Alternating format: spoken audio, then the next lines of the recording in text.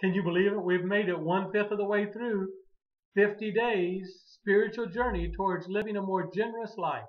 You're doing good. I hope that you've been able to catch up with your worksheets and keep up with what's going on. It's a difficult process sometimes. We're on day 11 now, and our principle for today is focus on being content with God's daily provisions.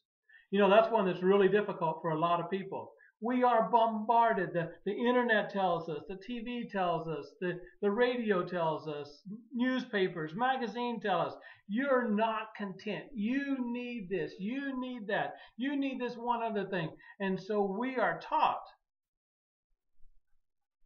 not to be contented with what we have. You know, Paul was writing a letter to the Philippians, and he was in jail at the time, and he says, I have learned to be content whatever the circumstances. Can you imagine being content with whatever the circumstances? Are you content with what you have? Or are you one of those that you need something more all the time?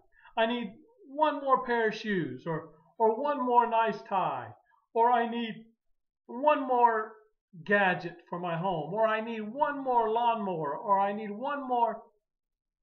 Or have you learned to be content with what you have?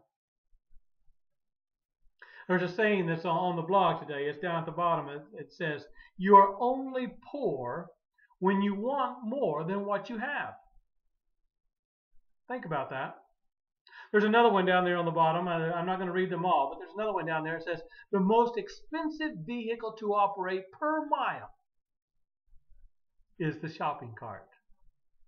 Can you imagine that? The shopping cart, how much does it cost you per mile for the shopping cart? We live in a nation that is not content with what we have. We need to get to the place where we were like Paul and say, I have learned to be content in all things. 1 Timothy chapter 6 tells us, godliness with contentment is great gain. That's why we're on this spiritual journey, because we want to become more like God. Godliness with contentment is great gain, for we brought nothing into this world, and we can take nothing out of it. But if we have food and clothing, we will be content with that.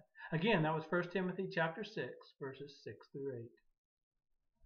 So on our journey towards living a more generous life, day 11, the principle is, focus on being content with God's daily provision.